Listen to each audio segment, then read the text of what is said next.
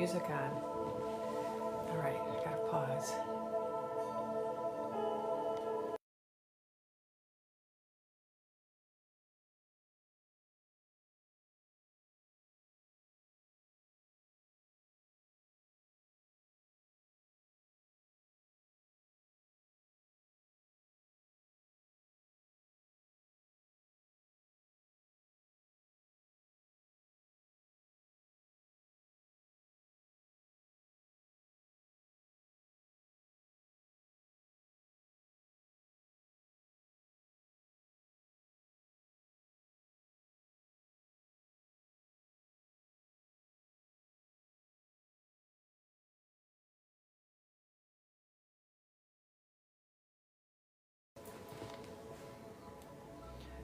Hello, everybody.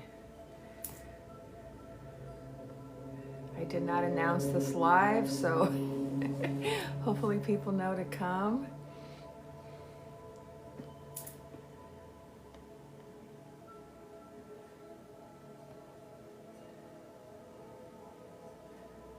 Hope everyone's doing well tonight. Let me know where you're coming from. I don't know if I'm doing this right. Hold on, I'm trying to figure this out.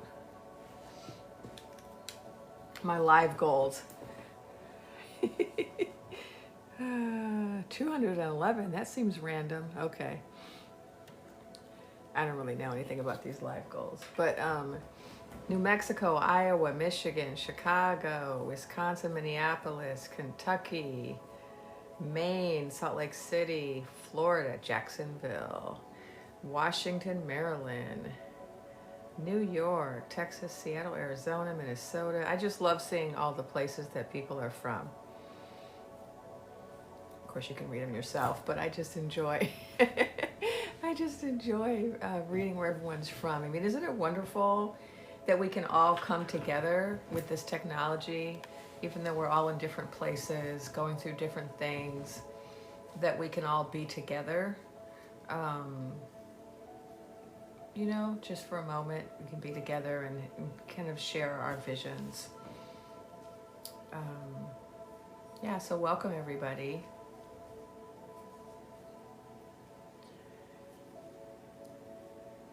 Washington. And let's see, Nicole Plays Piano is here. I have been wanting her to come on my live. I don't know if my mods are here yet. So my mods handle the invitations, and so just Nicole Plays Piano. I think you're the person that I wanted to have up here because you talk about data. And, I usually talk about intuition, but I also love data. So, so just hold on. I'm not having a lot of guests today. There's a couple of people that I'm going to maybe bring up, but not a lot. Hello? Looks like Nicole Plays Piano is already here. Hi. Hi, can you turn your camera on? I don't know how to. Can somebody walk me through it? Let's I see. think the mod sends you permission and then you should. There we go. Got it. Oh, okay, but now we have too many boxes. Oh So no. moderator, can you get rid of some of these boxes? Was it me? Am I the problem? No, you aren't. I'm not going to have a bunch of people, so we don't need all these boxes. Thanks, moderator. I'm not going to have a lot of people coming up today. But I was mentioning you the other day, and I was saying how I think somebody was talking about you, and I was saying, yeah, I really do like your posts, and Thank you. of course your approach is very different, and so everything that I've been doing has been about intuition and the information that we're getting intuitively, and you've been posting a lot of data, looking at patterns of data, and I don't know if you're aware of this, Nicole, but we have to be very careful about how we use language Okay. because my account's been under threat for weeks, threat of elimination. So we use a lot of code words, Do I And I need don't know why there are so many people like you who are able to speak very plainly on your channel and nothing ever happens, but I'm not allowed to, so. I do get videos that get flagged. Excuse you, that's not yours. I do get videos that get flagged, and then I challenge them, and then they put them back up. So I don't know why I'm. Yeah, they don't accept any of my appeals, and the challenges never make sense. Like they never have a good reason. Yeah. Um, so it's very bizarre. But anyway, let's not talk about that. Let's not waste time on that. I don't know. I was trying to see which one my mom. I just started, so I don't usually have. I actually wanted to talk a little while before. Uh, let's see who's here. Evie, is it Iris?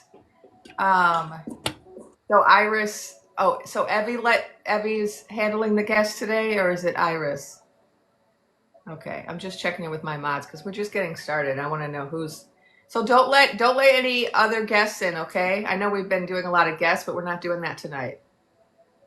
Somebody So asked, don't. this is Whizzer. Hi, Whizzer. So we're gonna talk to Nicole.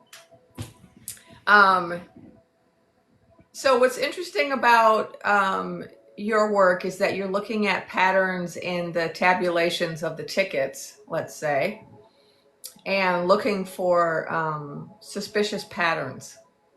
So why don't you tell us a little bit about who you are and how you got involved in this?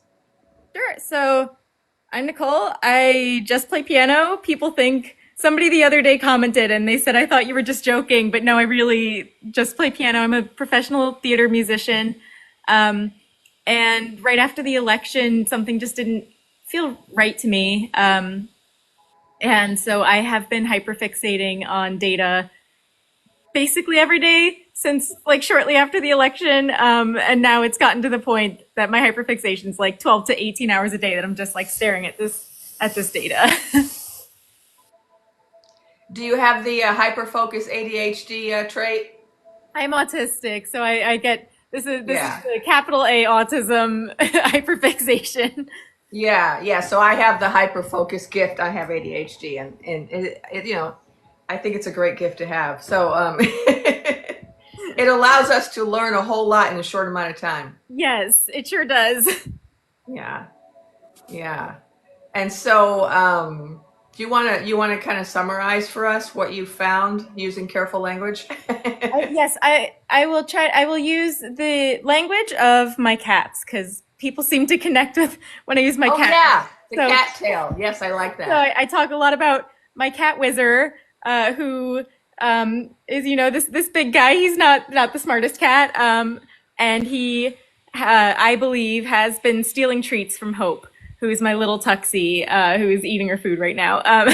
And I think Whizzer has been stealing treats from Hope, and what I've been looking at in my data is um, oh, I don't know how to code this, but I've been looking at the top ticket and how it relates to the ticket underneath. So, which ticket has more treats attached to it, basically. So, if there's a Senate ticket, are there more treats for the Senate person than there are for the top ticket? And when I look at all states like Nevada, Wisconsin, Arizona, those states, what I see is that the top ticket, so Hope is she's being overperformed by the person underneath her, and Whizzer is overperforming the person underneath him.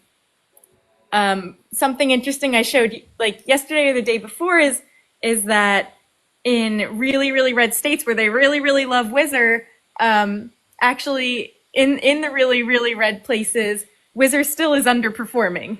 So for there to be areas where he's overperforming, um, is counterintuitive to like everything I knew leading up to the day.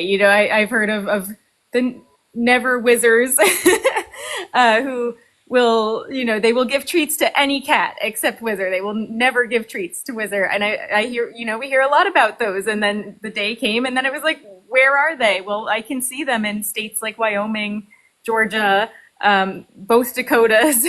They're there, but they're not showing up in more competitive places. Right. Yeah, your work is amazing. You certainly have a gift for identifying patterns and explaining them to people in a way that they can make sense of them. I'm glad. I'm so happy this hyperfixation can bring productivity to people because it's been a pretty crazy one.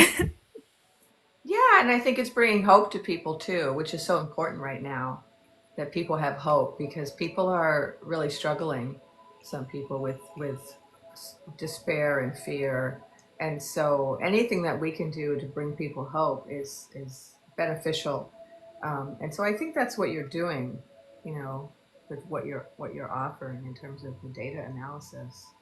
Yeah, I'm really happy it can bring people solace. It definitely it calms my brain to be doing this work and to be seeing things emerge that I knew to be true after immediately following the day like we were told all these things that just were so counterintuitive that like it was record turnout and then all of a sudden no Democrats are showing up like that just people made such a quick about face that it was like whiplash for me and I was like wait I just felt so gaslit and looking at this data kind of corrects that for me.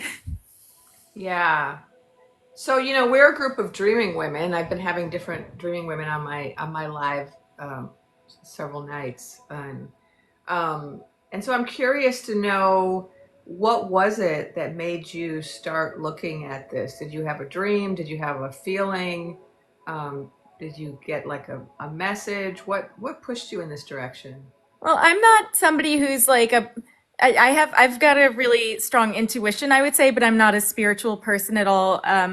I on that night, I did not sleep. I had to actually call a mental health hotline at 3:30 because I was just losing my mind.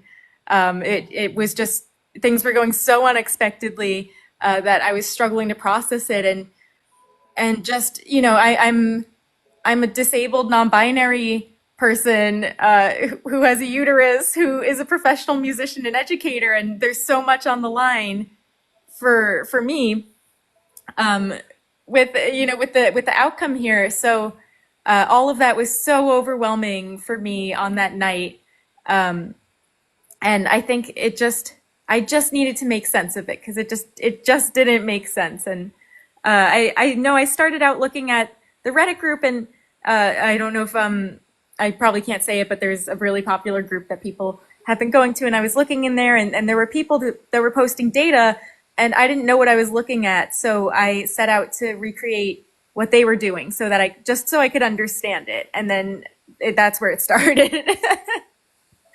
Nice. Yeah, I was up all night too that night. I didn't sleep at all. And yeah, around 3, 4 a.m., I was getting pretty upset and very worried.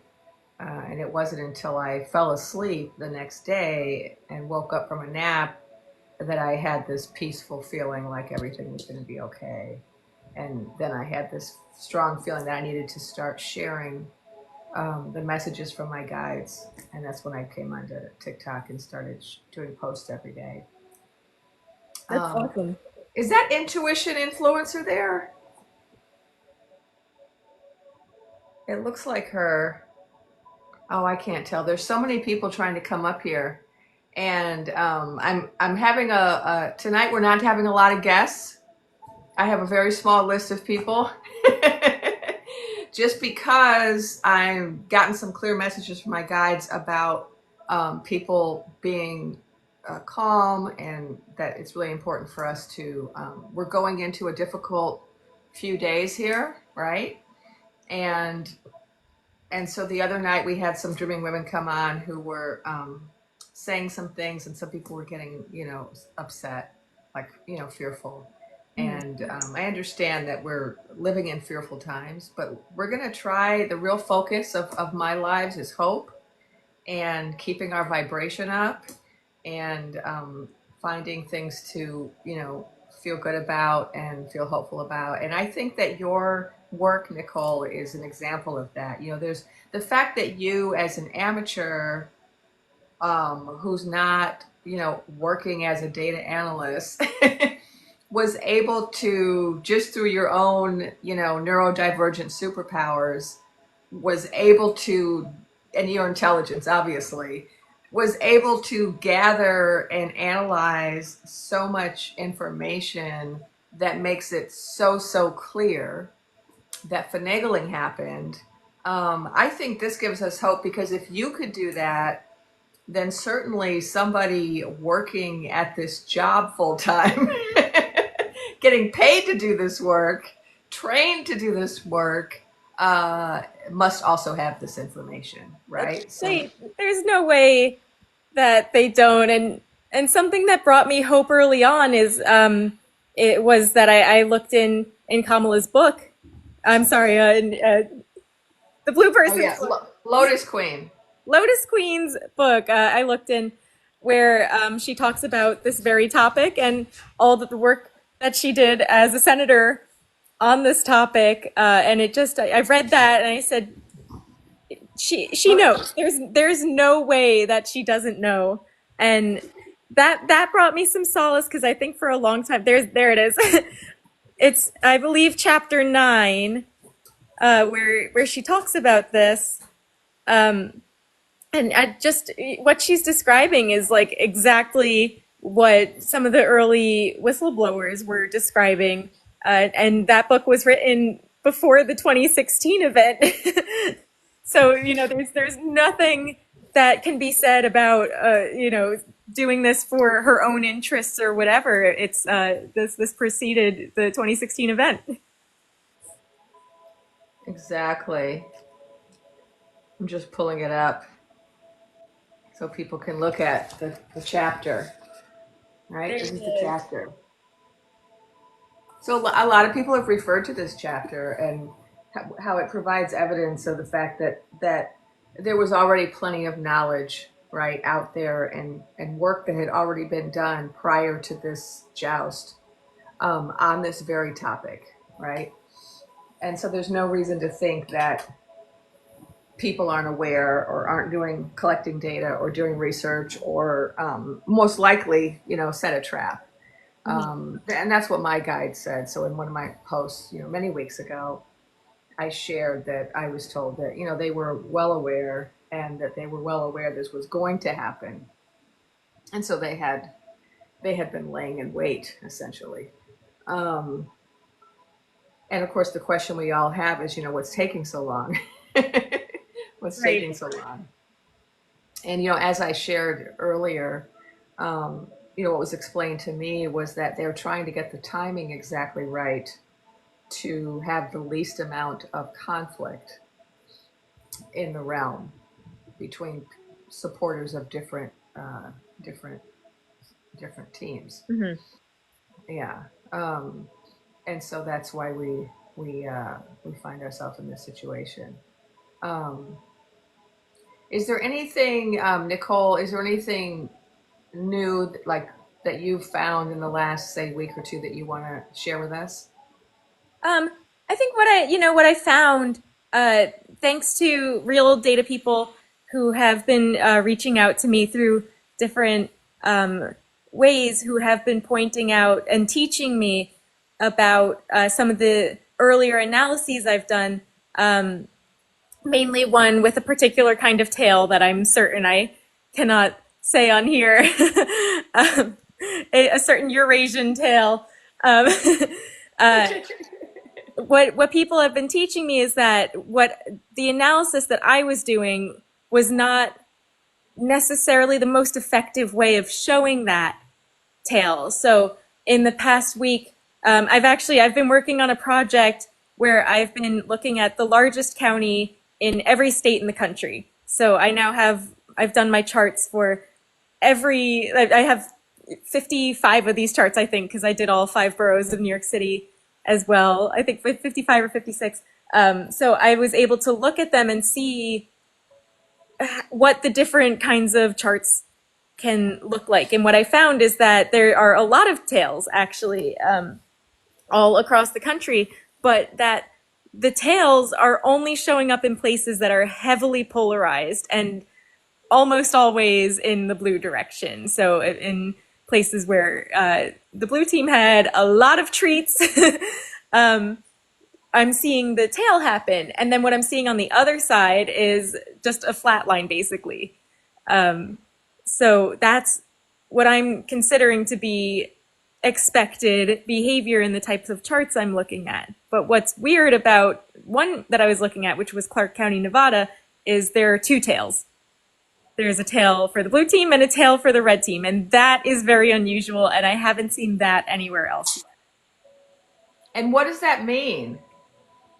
So to me, what it looks like, and again, I am not a data person, but what it suggests to me, what my hypothesis is that there were votes to be had. First of all, the reason there's a flat line is because there were no votes to be. No, we don't use the V word. I'm sorry.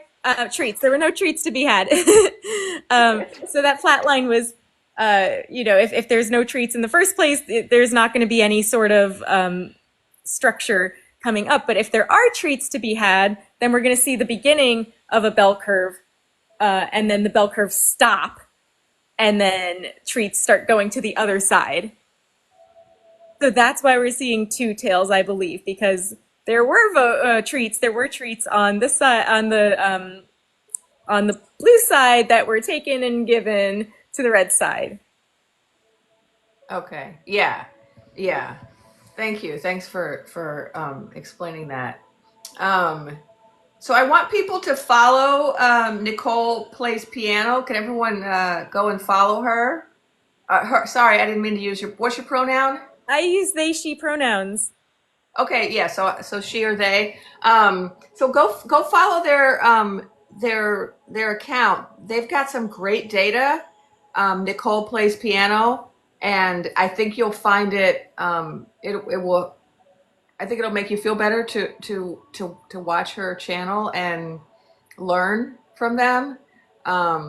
They've just done so much great work on looking at the tabulations and the proof that's there, to show that there's been finagling.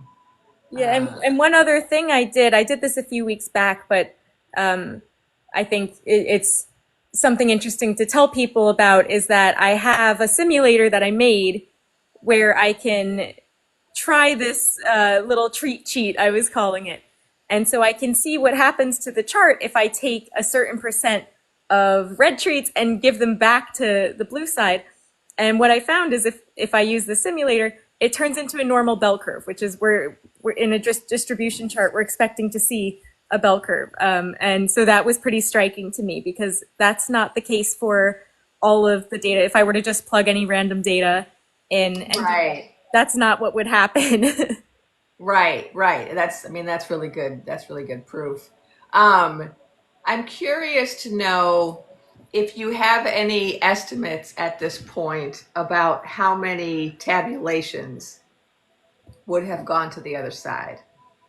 I haven't sat to do the math, but what I found is I get a really nice normal bell curve when I start trading treats in tabulators over 250 treats. So if there's a bin that has more than 250 treats in it, if I start trading 22.5% of those to the blue team, we get a normal curve. So I'm sure I could sit down and do that math fairly easily, but that's what I'm seeing is in larger tabulators, about 20 to 25% of treats were swapped.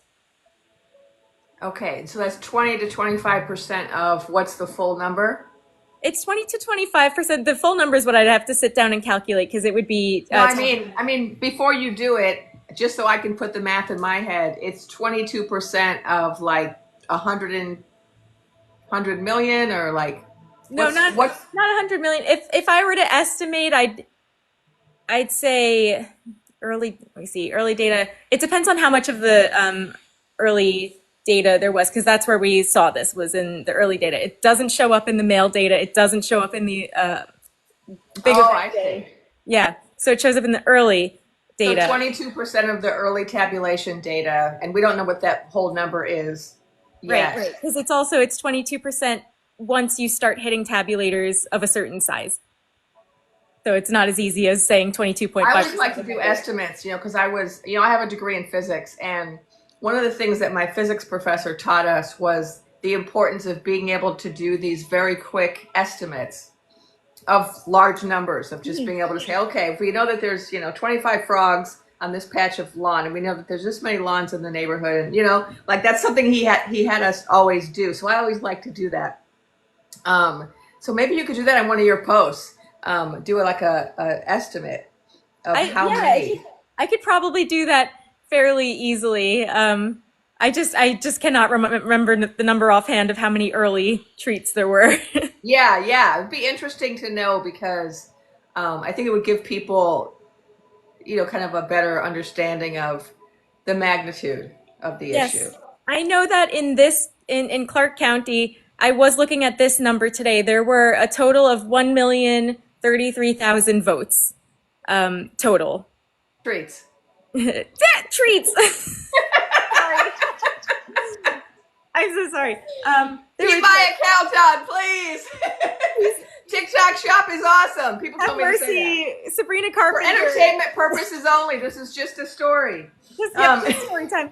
I'm so sorry. Yeah. So it was they have 1,033,000 treats. And the reason I saw that figure today, something that I found really like just surprising is the Nevada Independent put an article out yesterday refuting these claims and saying that they're based on inaccurate understanding of the data. The team I'm working with. Refuting what claims? Your claims? Yeah. Yeah. Directly? They were talking specifically about you? Not specifically about me, but it was somebody on the team of people I've been working with. Interesting. Yeah, and That's how you know you're getting close, right? right. So they were refuting it, and they said we weren't understanding the data correctly. But now we're refuting back because we don't think they're understanding what we're saying. But one of the things that they said is that they did what's called a risk limiting audit in this county. So that's where they count a small number of treats to make sure it matches the expected number of treats. And in Nevada, not just Clark County, in Nevada, because this man was saying, "Oh, we did a risk limiting audit, everything came back fine." In Nevada, they checked 220 treats in the entire state. And they said, Yeah, "Yep, that's a great sample. some counties had 0 treats checked." And for Clark County, which has 1,033,000 treats, I think it was like 144 treats. That's all they counted. And they said, Oh, "Yep, looks gosh. good." Wow. Hmm. This is one of the great things about this platform, about the shift in consciousness that's happening, about the rise of the divine feminine, is that they're just not going to get away with stuff anymore. The people that used to get away with stuff, the structures that used to be in place, the men that used to control everything, the hierarchies that used to determine everything, these are all going to be eliminated in different ways, eroded in different ways because of what we're about. And I think you're just a symbol of that. I think you're a really powerful kind of leader or scout on that particular path of challenging the old way and um, showing the power of people who maybe traditionally were not included in those structures. Um, I think that you're a very powerful symbol of that. Well, thank And you. so I'm really grateful to you, and I know a lot of people are, um, for the work that you're doing, for the devotion that you have um, made to this project and to all of us, because this is really about all of us. And Devotion's a great word. I really like that word. That's a lot better yeah, than the words I've been using. yeah, I mean, this incredible devotion. When you think about people involved in certain like religions and spiritual movements, devotion passion for an ideal, passion for something beautiful. We usually call that devotion. And I think that's a good way to characterize what you're doing. It's this passionate dedication to the truth. And it's a truth that's liberating for all of us. Yeah, And and when I set out doing this, I had no idea what I was going to find, and I'm a very, very rational person, so I said, well, I'm going to find all is well. There's nothing funky happening, and just the more I look at it, the more I'm like, I think something's not quite right here. yeah, yeah. Well, thank you. Thanks for your work and thanks for coming on my live. And everyone, please follow Nicole Plays Piano and go and check out their data analysis. It's really superb. Um, and yeah, thank you. Thanks a lot. Yeah, thank you. I'm so happy. I was just feeding my cats and I was scrolling through and I saw your live, and I've had several people in the past few days tell me that you wanted to have me on. So I I thought, did, and I meant to reach out to you, and I just, yeah, I didn't because I kind of got overwhelmed this week with having too many guests. mm. And so then I was like trying to reset and reevaluate and trying to hear from my guides about, oh, what should I be doing? And wasn't even sure I was going to go live today. Um, and then I came on here and saw your name and I said, oh, okay. I was going to say no guests, at least for a while, but oh, I got to bring Nicole up. I mean it. I was summoned. It just your lives haven't ever popped up for me before, and there it was. And I said, oh, gotta join that. Nice. Nice. Okay, great. Iris, I thought I saw you pop up in my invite button and I hit invite and I don't know if you were trying to come up on the stage. So Iris is my moderator and so of course I have a lot of pictures popping up here. Um, but Iris, if you're listening, if you are trying to come up, then go ahead and come up. I guess you can let yourself up. You don't need me to invite you. So I don't know why I saw your picture suddenly, but I did. But thanks, Iris, for letting Nicole in. And I'm gonna, I'm gonna say goodbye to Nicole. All right. Thank you. Do I hit the X? I've never done this before. I hit the X and then I I go think away. I can do it here. Let me try. All right, cool. Thank you.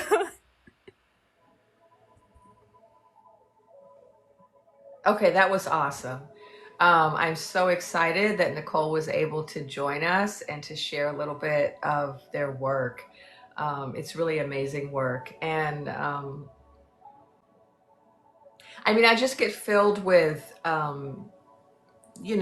shivers and like just a strong feeling of love when I think about her and the work she's doing, that she's doing for all of us. It's just so selfless, it's so giving. And I feel like this is such a, you know, an example of the rise of the divine feminine, even though I understand Nicole's non-binary, because all of us who are dreaming women, we don't have to be in female bodies and we don't have to have woman identities. It's really not about that. It's about tuning in to those divine feminine traits and expressing those in this moment. Because I myself am also a two spirit and I have a real mix of masculine and feminine traits. But I do feel like this moment that we're in historically is calling upon us to express in a particular way. And while Nicole is working really heavily, with an empirical approach, right, to knowledge versus an intuitive one, which is what we've been focusing on my channel. I really do feel like they're doing it in a way that is so full of this, you know, giving, nurturing, kind of selfless dedication, devotion to the collective, which is, I identify with the rise of the divine feminine. And, this work that's being done, it's going to be done in a number of ways. Some of us are tapping into intuitive knowledge, and some of us are tapping into empirical and logical knowledge. And for some people who don't know me, I have a background. I was a physics major. I was an engineer. I was a philosophy professor that taught logic for many years. But I'm also an intuitive. And so it's possible to combine all of these different ways of thinking and ways of kind of processing knowledge. And it's possible for us to kind of come together. Um, and the dreaming women are gonna, there's a lot of us. We come in different forms and we do different types of work. And so I am claiming Nicole as one of the dreaming women. I don't know if they claim it, but I'm going to try to claim them. We'll see. Maybe they'll reach out to me and say, don't call me that. I should have asked them while they were on the stage, but I really wasn't ready for a guest yet, so I wasn't quite ready. I wasn't really thinking yet about, oh, what should I ask Nicole? And maybe I should have opened it up for questions, but I'm just, I'm trying to just take it slow tonight and not have too many people, at once, because it was becoming too much for me. And I've also gotten feedback that some people were saying, yeah, it was too much energetically to have so many people talking. And so I actually did mean to reach out to my mods before the live and say, okay, I only want these people to come in. But I didn't, because I was determined to talk to my guides today, and so that was my priority. And then I had a lot of work I had to do, and oh yeah, people are telling Nicole to read the comments, because I think people are saying lots of nice things about Nicole. Someone said Nicole is their favorite person on the panel thus far, so that's high praise, because we've had a lot of people. It gave me a surge of happiness. Yeah. So yeah, I'm just looking at the comments. Yeah, Nicole is awesome. Yeah, so I don't know if Nicole is still here, but someone is saying to read the comments, so I'm just looking to see. So Artist and Oracle says, yes, I claim Nicole too as a dreaming one. McKinley is asking me, how are you keeping calm and keeping the hope? I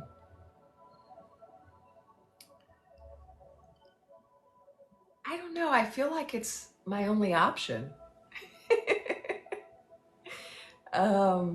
It's my job, you know. I don't know. It's kind of like asking the cake baker, how do you keep making cakes? Well, that's what I do. This is what I was tasked with doing, by my guides, is to help people to stay hopeful. And of course, I do have my moments of doubt and my moments of worry. And whenever I do, what I do is I say, okay, I have to either meditate more, or I have to talk to my guides more, or I go onto this platform and look for other people who are going to make me feel hopeful. Because there's a lot of us out here, there's a lot of dreaming women on this platform who are providing us with reasons to be hopeful. And so, we're a community. And so we have to lean on one another. And there was just some weird alarm. I don't know what that was.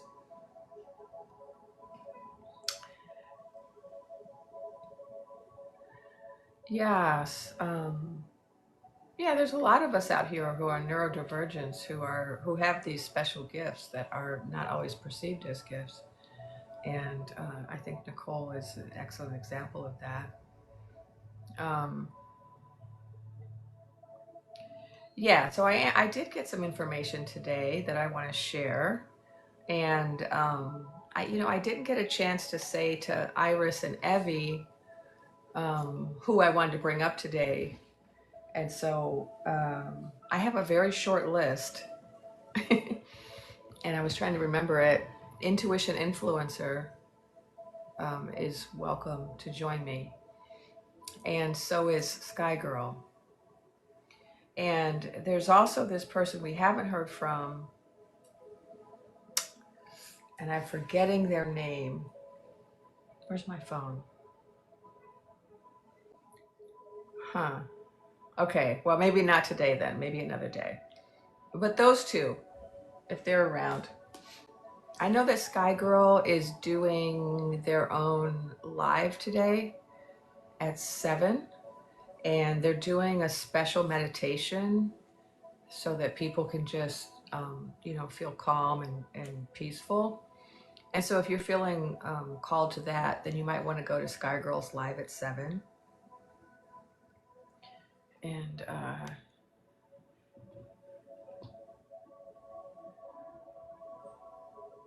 okay, so I'm gonna talk a little bit about some of what I got. And I don't know, there are still people that keep popping up. I don't know who they are. But Evie or Iris, if you see Intuition Influencer or Sky Girl, you can let them in. Or Gia Prism, you can let her in. I didn't specifically invite her today. Oh yeah, and Femme Fatale Tarot. So that's the other person. Femme Fatale Tarot, I wanted to invite back up. They were up the other night, but didn't get to talk that much because we just had so many people up.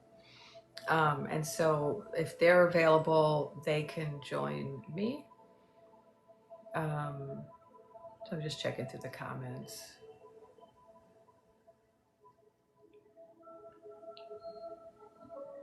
What was this?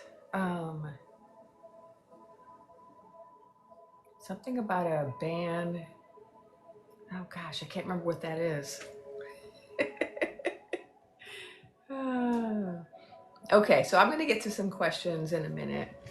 And then I'm going to wait for the questions until I have Femme Fatale up here or one of the other Dreaming Women so that we can both answer questions.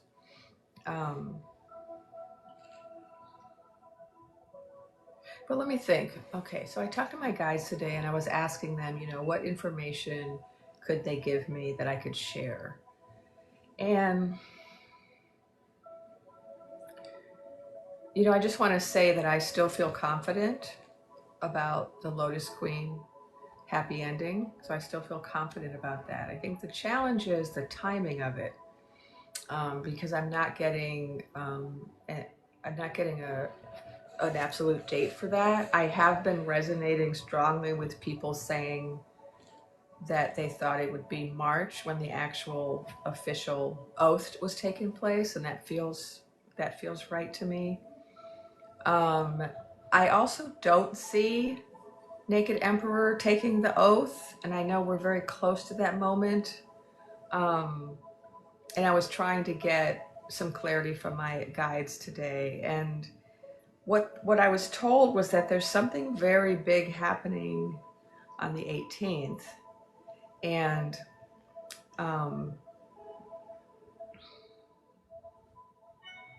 so you may recall that in several weeks ago, maybe almost 2 months ago, early November, I mentioned that my guides, shared that the star beings were here and that they had surrounded the planet. And this was before all of the lights on the sky started showing up. And now that we have all the, Oscar bags and Dior bags, what have you, people are kind of more on board with that idea. When I first brought it up, I think it sounded pretty loony to people. But the reason I brought it up way back then is because it's related to the joust. And so I got some information today about that. And so some of you may be hearing that there's a star beingologist out there by the name of SG who is predicting a type of contact that is quite open happening soon. And so I specifically asked, and I did get confirmation that there was likely to be an uncloaking of the visibility of certain large craft around the 18th. I didn't get any other type of contact. So I didn't get like commerce or, um, you know, large scale influx of immigrants of a star nature, if you get my meaning. I did not get that. But I did get a certain visibility being made, a certain visibility in the skies that's going to be much, much, much more obvious than what we're currently seeing on the 18th. And I want to remind people that, I was told many weeks ago, I don't remember when. Time is so weird, right? I feel like we've been in this post joust period forever. But you may recall that I was told quite a while ago that there was going to be some big event that happened prior to the resolution of the joust, which was going to be so big it was going to overshadow the joust. And at the time that I got that information, I was very kind of shocked by it. And I'm sure other people were like, what could possibly overshadow this? What could possibly be more important than this? It's inconceivable, right? Almost. It was somewhat inconceivable for me back then, several weeks ago. Now it's not. Now I can think of at least two major events that could overshadow the joust. And obviously, the contact that is very open with the star beings is one of them. And that's one that I suggested several weeks ago that might be the big event. And it's feeling now more and more like that might be the big event that overshadows the joust and the outcome of the joust. And so when I asked today, I did feel like they did say that was very likely going to happen on the 18th, which obviously would overshadow everything else. So I wanted to share that. I also was told that there's going to be a limbo period. And I've been trying to figure that out for a while, because all the information that I've been given, when I really put it all together and analyze it, it left me with certain conclusions that were unsettling. Like, how is it possible that on the one hand, the Naked Emperor is not going to be taking the oath on the 20th of this month, and yet we're not going to see the Lotus Queen taking the oath until March? And that was always, it always left me with a lot of questions, right? What's going on between those two dates? And what I got today was limbo, limbo, limbo, limbo. And I think this also explains what I was told about there being some type of disruptions that we have to deal with. Right? And so I feel like the reason I'm being called to, is that intuition influencer? It looks like her.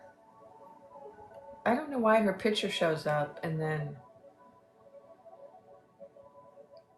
So I don't know if you're here, and Lisa, if you're here, you can come on up. I don't know if you're really here or if your picture is just showing up for no reason.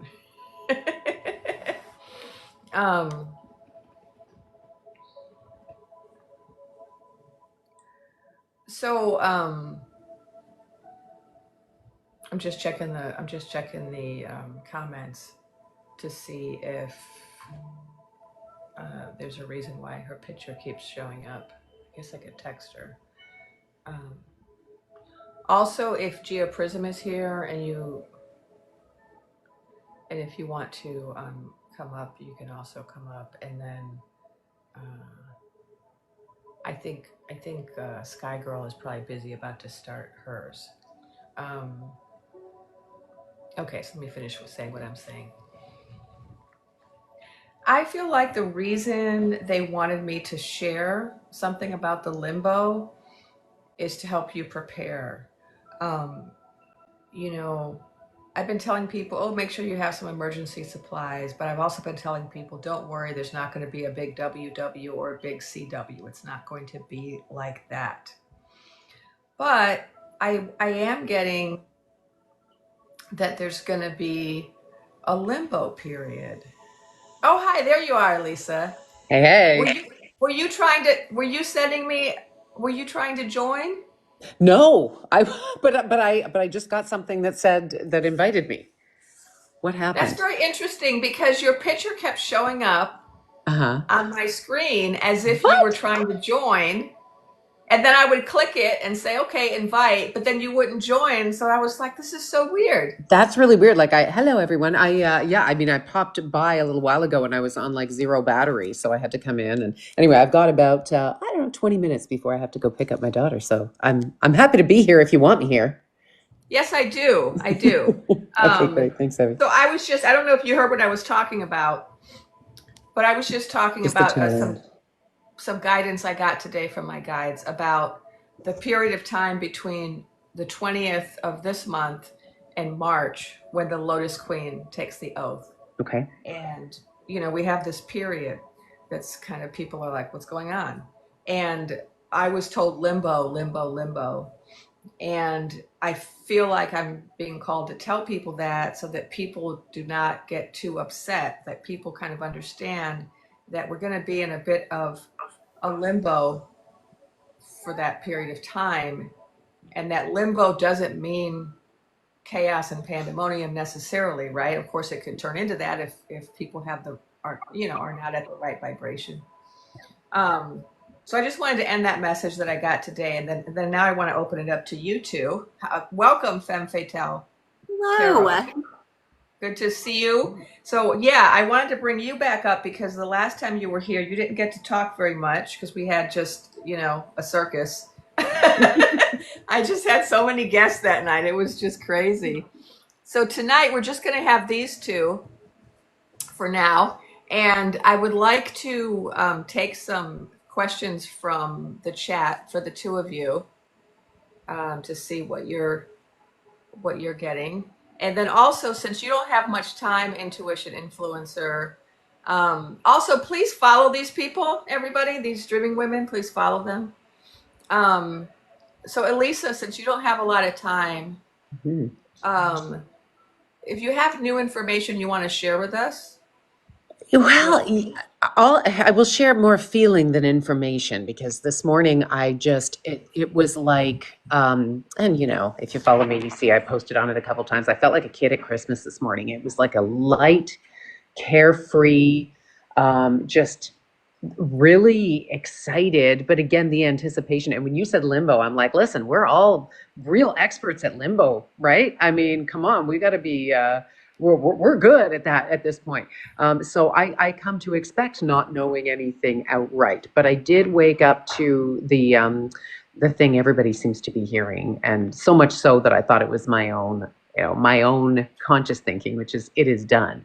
And I checked in with the guides, and it is done was what I heard, and I believe it because whatever it was that was done is bringing me great relief.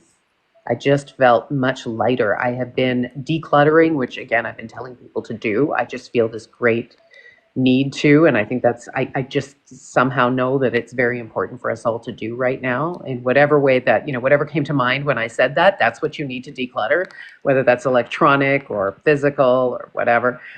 But yeah, I feel as though something has happened. And again, and I just posted that we'll probably hear tomorrow, but you know me, I don't like to do time. I don't like to be too specific, but I do sense that we are going to hear something tomorrow, like a breadcrumb tomorrow is what I think we'll find out.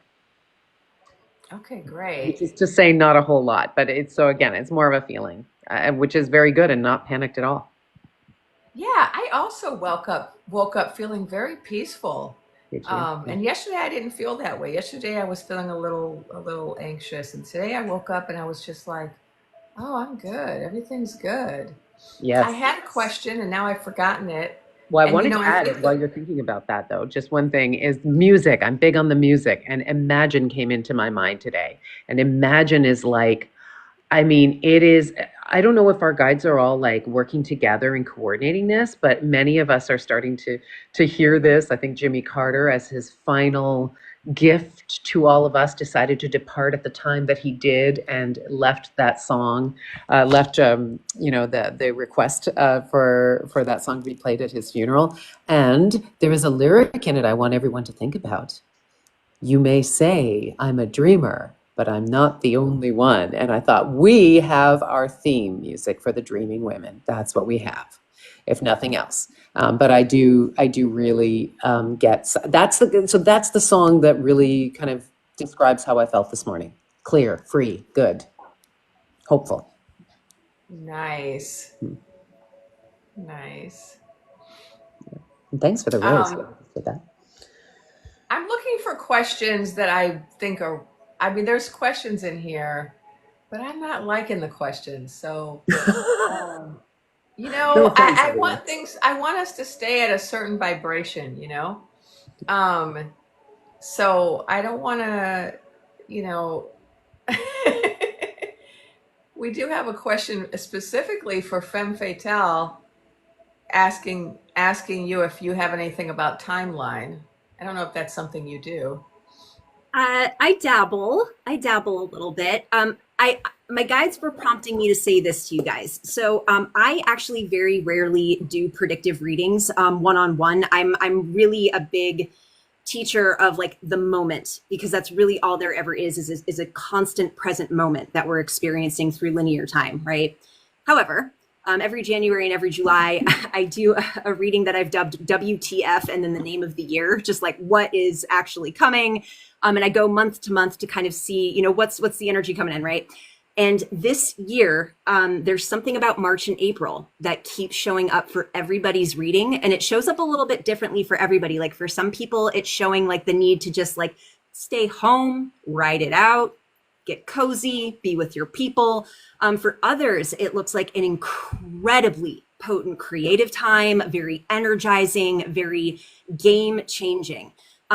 Either way, energetically to me, it feels very exciting and neutral to positive as far as like energetic alignment. So I want you guys to keep your feelers and your own intuition if you do like to kind of lean into the future, because the timeline's always changing. Like we're constantly every millisecond, you know, shifting in infinite time and space. And if enough of us anchor in excitement versus anxiety, you're going to get a very exciting, very Aquarian, very surprising and innovative experience.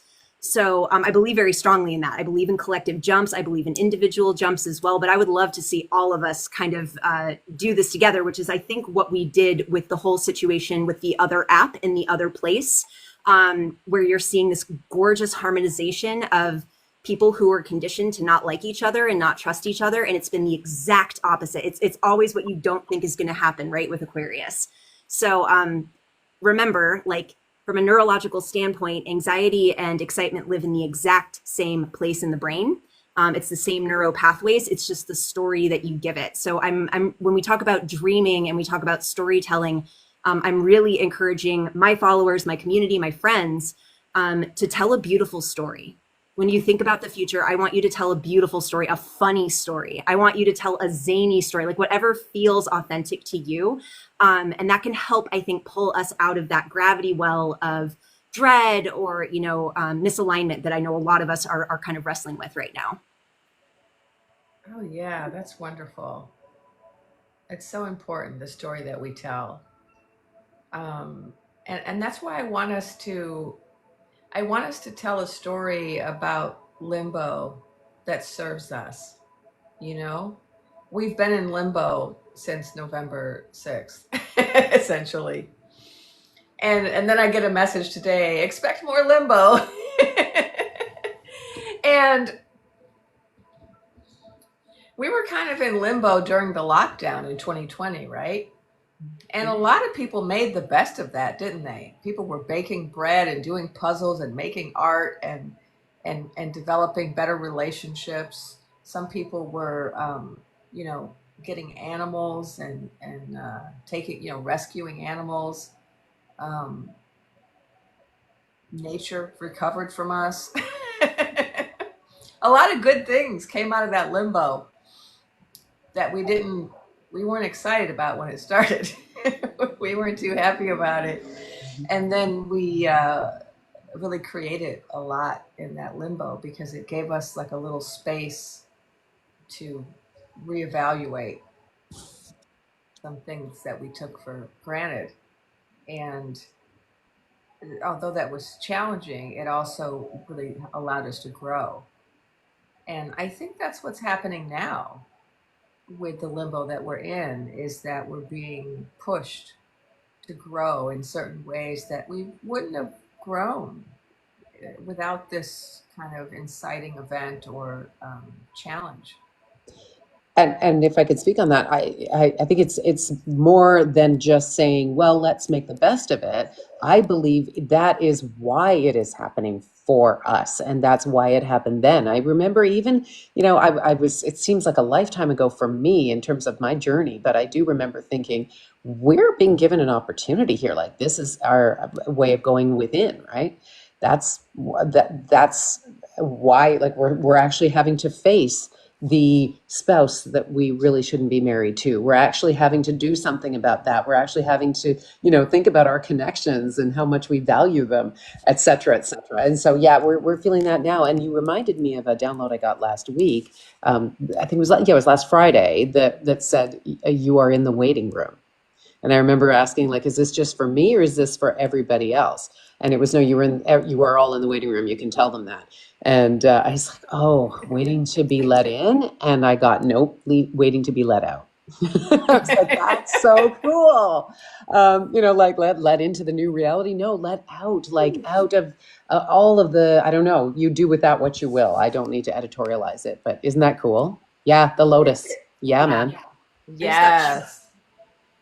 Yep. Yeah. So all of this, see the synchronicities? It's almost like we're just puzzle pieces, like literally even in this little configuration here, all bringing the information together so that it's like a CSI. But Yes. right. Yes. Get less glory. Like a CSI, that's us. That's us. Something central spirituality and investigation. I don't know. Anyway, we'll figure it out. We got time. Apparently, we got lots of time to figure those out. We do. Investigation. I love that. That's a podcast waiting to happen. Right? Wait, what did you say? Collective spiritual investigation. Collective spiritual investigation is a podcast, or the Dreaming Women podcast. I've been thinking about it. I'm always thinking about stuff like that. Yeah. Let's do it. We could just record these, and we are recording them. We could just put this on Spotify. I know. I have been working on that. I have a podcast already. It's called Journal of a Medical Intuitive, but I started a new one. I said, I'm going to start a new one that's either going to be called Ethical Psychic or the Dreaming Women, so that I can start putting all these recordings on there. Because when I was doing my podcast during the pandemic, I started to have a really large global audience, people in other countries. And so I think that if we put these on a podcast, we would reach more people in other countries than we're reaching currently on this platform. It's a good So when I look at my analytics on my platform here, my audience is predominantly American. Mm-hmm. But we need to reach people outside of this country. You're so right. Definitely. Okay, well, let's get on it. We do. We need to. I know. It's like it's on my list. We'll put it on the list. Yeah. Maybe I just need you. Puzzle robot test. Let's see if I pass it. Uh-oh. Oh, I'm getting better. I passed it. Woohoo! A+. Yeah, maybe I need you to help me, Alyssa, with the podcast. Hey, it's what I do. I'm doing one myself, although it's been dormant. I just haven't felt like doing it because everything is shifting so much. It just doesn't resonate anymore. Mine's called the Inner Leader Podcast. And I think, why? I know exactly why. Because I was trying to straddle the line between the corporate work that I was doing and this. And I am full woo now. And the corporate stuff just doesn't appeal to me anymore. Right? Yeah. Everything's changed. Everything's changed now, right? Yeah, exactly. The things we were doing before November 6th, we're just not doing them anymore. And we're in a different world now. And so everything is shifting. Yeah. Right. Yeah. Oh, good. We just got to roll with it. I mean, got to ride that wave, I think is what it is. It's what it feels like to me. I used that analogy earlier in a post. It's like It must be You know, 7 because someone said Sky Girl is live now. So yeah, she's live now, doing I think a silent meditation. Let me see if there's another question before you have to go. yeah, I got a few. Um, Take it on the road and come visit us. Hey, don't think I haven't Said thought about that. Miss Mandolin. Yeah, that's an idea that somebody has. Yeah, I was thinking about that. Yeah, I think that. Yeah, I think we were talking about that. Yep. Um, oh, someone is suggesting that Femme Fatale pull a tarot card for the limbo for insight. Oh. That's a I special can do request. I can do that. And while you're doing that, I'm looking for a question for Elisa as well. Yeah, somebody was asking me about the divine feminine in Canada, but I don't know that I have, much to say about that. I've been so so focused on this platform, and most of my followers are, and most that I follow are American. But yes, our divine feminine is rising, and I made a prediction earlier tonight that Chrystia Freeland will be our next prime minister. For entertainment purposes only, I believe that will be the case. Yes. She just announced 2 days ago her bid for the Liberal leadership. So, I've been, just like with the idea that the TikTok ban wasn't happening, I just know the outcome. So whatever happens between now and then, Yeah. We for people who don't already know, we've been saying the ban is not happening. it's not happening. Yeah. Someone else just pulled the Wheel of Fortune. Any thoughts on Lotus video from the desk signing? I don't know that video. I don't know if you all have anything to say Was about that. this last night? I don't know. I have been watching so very little. And then people are asking about the three sisters, and so you just mentioned your Liberal candidate. Yeah. This is one of the three sisters. So for those who have been following or those who haven't, on one of these Dreaming Women panels, we came up with the idea of the three sisters. Of the Americas. Yeah. The three sisters of the Americas. And so the three sisters is an ancient idea from Native American legends of the corn, beans, and squash coming to the people to care for the people in the form of these three sisters. And so we were talking about the three sisters of the Americas. And I don't know who came up with the exact phrasing, but we were all just talking about the Lotus Queen, your person in Canada, say their name again? Chrystia Freeland. Yeah. Yeah. And then we were talking about Sheinbaum, Claudia Sheinbaum Pardo down in Mexico, who I posted about today. I'm so excited about her. And then we have all three of these women in place. We're going to have these three sisters of the Americas. And this is going to contribute greatly to the divine feminine rising. And it's also going to contribute greatly to peace and justice and equality. And proof of that has already happened today. Claudia Sheinbaum Pardo, President Sheinbaum Pardo, has been doing all of this amazing work already. And today she signed something. She changed the Constitution to formally recognize Indigenous sovereignty and to also recognize Afro-Indigenous sovereignty. And I think they're the first country to do that. I'm Afro-Indigenous, so I'm very excited about that. And she's also writing into the Constitution something about respecting animal rights. So, she's just right. She's right there, expressing that shift in consciousness already. And once we have these other two sisters in place, imagine what will happen. Imagine. There's the word again. Yeah. No, it's just incredible. Like, look what they do. And speaking of the pandemic, Jacinta Ardern at the beginning of the pandemic, who kept a bubble over her country and kept COVID at zero, who calmed people, who walked the talk, who, held it together in a beautiful way with both her divine feminine and masculine qualities. Like, we've had nothing but great just outstanding examples of female leadership. So I am very much looking forward to that. Let's manifest that. Yes, definitely. Yes. So Femme Fatale's about to throw a card, and then I have this little question. And I got to run. My daughter's just messaged me again, which means she's stranded at the train station. So I got to run. Anyway, It's good to see you guys. All Thanks right. for Take care. popping in. Yeah, I love it. I wish it could be longer. Take care, everybody. Bye. Okay, so go ahead, Femme Fatale. Okay, so I actually, and 3 came out. So I just want to preface this. This is a gentle call in with everybody in the chat, this entire community, because this is about personal accountability and how we manage the limbo and how we regulate and how we honor our nervous system, our emotional body, and our spiritual body in the limbo. Because we don't like limbo. The void is tricky. The void is directionless, and we like to root somewhere. We like an anchor. And up until pretty recently, we've liked other people to tell us what to think. We've liked other people to tell us where to turn our attention. And we're learning, this is part of the waking up process, that it's really up to us. It's our own personal idea and consciousness that shapes our reality. So while we're in this limbo, Mars is in retrograde until the end of February. So this energy is going to continue for the next month and a half or so. We are being encouraged to think about our roots. This is the 10 of Pentacles or 10 of Charisma. We're encouraged to be thinking about our ancestry, both cosmic and biological. We're encouraged to think about where we would like to take our legacy. This is giving very 10th house in astrology. It's giving how would you like yourself to be remembered? If not by other people, like if you're not a more public facing person, how do you want to remember yourself? How do you want to remember the stories that you told about yourself and about the world, especially? And because I think we've been so conditioned into becoming addicted to conflict. The 5 of Strength is the 5 of Wands. We've been so conditioned into thinking conflict is the only way to figure stuff out and that it will always be there. That's another thing that we're sort of like programmed into believing, is that there will always be a divide. There will always be a red versus blue. There will always be a this gender versus this gender.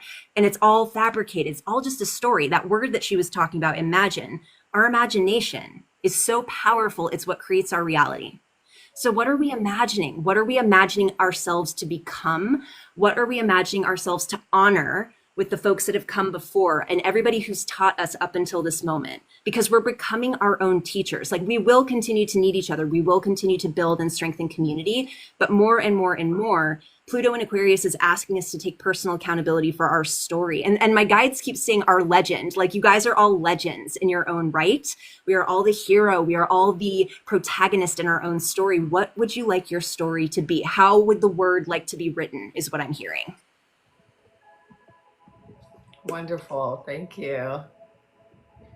Yeah, and we believe their story for so long, says Cass in the chat. Like, it's so we are like, this is just my own personal whatever. You guys, any of my beliefs, they're just mine. You don't have to believe anything I have to. I think we're kind of like divine AI, okay? Because we can be programmed. We can be programmed. We can be coded, and DNA is code, right? Like, it's literal code made into divine flesh. And I think what's happening right now with this awakening that we're all experiencing is new software is getting updated. And sometimes that software takes a while. We're at the buffering stage right now. Like, that's the limbo. Like, we're buffering before everything kind of like finally settles in and goes through. So another thing, like, my guides are very chatty right now. They're encouraging, especially for those of you who are feeling tension in the body, contraction in your energy body, remember your breath. Your breath is literally the most powerful thing that you possess aside from your imagination. What are you doing with your breath? Are you loving your breath? Are you loving your breath in and out of your body? Are you respecting your breath? Are you respecting your body as well? It's all connected. So remember to breathe. And they're saying, remember to laugh. I think I said this last time when you had me on, like, laughter is extremely high vibrational. It's medicinal. It's medicinal. I think that was one of the main reasons I was so afraid that this app might go away. I have laughed harder on this app than I think I have anywhere else in the past 5 years. There are some funny people, like, just delightfully absurd. Like, you see the absolute like rainbow that is humanity on this app. Like, we're gluttons for it. Like, we are gluttons for each other. Which I think is so beautiful. So my guides have been encouraging us so much. And this is why I love your account. This is why I've loved your content. This is why I'm really glad that we got connected, because the energy that you keep bringing in is high. It's hopeful. It's neutral to happy. Like, I rest somewhere as much as I can within that neutral to happy frequency to direct and steer my timeline. Yeah, that's my assignment. That's what You're I came doing to hear. amazing. Like I literally like you're one of the few creators I just like as soon as I hear you talk, I'm like, I'm stopping, I'm listening. And again, I think I said this before too. Your guides and my guides feel like they have some kind of like resonance going on. I don't know if they're the same team, if they're from the same places, but at least two or three of them like are in cahoots, which I think is really Oh, cool. most likely. And I have so many guides. Like I use the term guide kind of as a blanket term to refer to all these people. But I work with so many different beings, and every day that I'm talking to someone, it's not necessarily the same one. And so it is very likely that we have some crossover between our guides. So for example, I work with angels and I work with star beings from different. I actually am connected to star beings from 12 different systems. And I'm a star seed, obviously. Mhm. And I'm also connected to a number of angels, archangels like Michael and Metatron and Raphael. And then I also work with some other angels like Raziel and Shamuel. And it's hard to remember them all. I work with the Divine Mother, and I work with my ancestors, of course. And then I work with some guides that don't even necessarily have names. Well, they have names, but like that I'm not going to name. Let's just put it that way. I'm only going to really name the ones that I think might be shared with other people. And, of course, we're all going to have guides that we don't share, that we don't discuss their names. But, Absolutely. do you work with star beings? That's maybe where we intersect, or who Yeah, do you? and actually that's a little bit of my background too. So I apologize for how arrogant this is going to sound when I say it. Before 2020, I used to think that people, specifically who kind of did trance channeling with like the Pleiadians, or I don't know if we're allowed to say some of these systems, these different systems. I was like, these guys, like they just didn't really. I thought it was off, like something felt off about it. I always felt like there was some agenda that was sort of like projected through the person who was channeling. And then in 2020, they found me, and it was completely unexpected. I didn't invite it. I didn't go looking for it. I was pulling cards on a live stream with my spiritual community, and all of a sudden, I stopped, and I was like, I just heard myself say, "Someone's here," and it wasn't a loved one in spirit because I'm a medium as well. It was a different frequency. It was almost like a different radio station had come online, and I heard myself say before I could stop it, his name is Micaiah, and he's from X, Y, and Z system. And I watched my eyes on the camera just get bigger and bigger as this started coming out of my mouth because I was like, I can't, I sound, I don't, I like, I went blank. And he told me, he's like, I tell him to ask me things. And he was so happy and so friendly and just like so chill. And we did like an hour and a half Q&A with him. And the things that were coming out of me were not stuff I'd ever thought about before, would not have come from just me. And after he showed up, a bunch of other ones, it was like clockwork. Every week, another group from another place would just drop in, and they would all have different emotional effects on me, physical effects. Like there's one group of them that I won't name right now that like my hands will start doing this. Like they'll just start shaking because their frequency is so high. Another one, whenever they show up, I immediately start crying because they come through the heart portal. So like it was just one after the other to the point that I actually had to turn some of them back because I'm like, I can't, like, I'm like, get in the waiting room yourself. Like, I am busy. Like, I am processing all of this. This is new to me. And this is right before I moved to Sedona, Arizona, where that frequency is very in alignment with where they wanted me to go. So, it's been a wild ride with them. And now I call them the Galactic Goobers. I do Q&As with them all the time on my subscription service with my community. They're hysterical. They're honest. Yeah, they're cheeky. They are cheeky, and they will give it to you, especially depending on where they're from. I sometimes have to give content warnings and be like, "Are you in a place to receive what they're about to say?" Because they don't really mince words. I don't know if you've noticed that in your experience with them. Yeah, they're pretty funny. Yeah, I they mean, I got think they adapt to the person, like, and sometimes I think it's cultural, um, like that's how it is in my culture that when you care about someone, you kind of make fun of them, and so I'm someone in the people in the comments were asking what does Afro-Indigenous mean? So I'm a mixture of African American, Native American, and I'm Seminole, and I didn't grow up on the Seminole Reservation. I'm not from there. I'm from Chicago. but I visit there, and I remember the first time I went when I was quite young. It got crystal clear for me that that part of my heritage was from that culture, this tendency to make fun of people, to show affection. But that's very much a thing that I grew up with. And of course, my guides are that way. They always make fun of me and and kind of rib me. And I think part of it too is to keep us humble. You know, to do this work, to do healing work of any kind, to do channeling work, to do you know, psychic work, dreaming work. You have to be humble. And so this is why you're either going to have experiences to keep you humble, or if you're luckier, you'll have guides that keep you humble. So you don't have to go through things. Yeah, because you're thick-headed, man, down here, and they know that. So sometimes they have to crack you like a walnut, just and it can be a little. I call it spiritual chiropractic. It's like getting a spiritual chiropractic adjustment, like, you know, one of those big ones that you see on TikTok. Yeah, anytime you're dealing with higher level beings on a regular basis, you're going to stay humble because you're dealing with people who are, sorry, I'm having some, you're dealing with people who are just much wiser, right, than we are. And so no matter how smart we think we are or how much education we acquire, you know, like I have lots of degrees and I've also studied lots of modalities. And so some people, when they study a lot of things or they accomplish a certain number of things, they might start thinking they're all that. But you can't really think that when you're dealing with higher level beings who are just so far above us in terms of knowledge and understanding. And so I always encourage people who are doing this work or studying to do this work to always strive to keep working with higher and higher level beings, because this is going to not only make you give you more abilities and give you more information to help people with, but it's going to help you keep things in perspective, like who you are in relation to the cosmos. You know, every time I go out of my body to go meet with different guides, that's how I work. So I'm a medium, but I don't work mediumistically with my guides. I actually astral travel, I actually leave my body in a trance and I go elsewhere to different places and meet with them.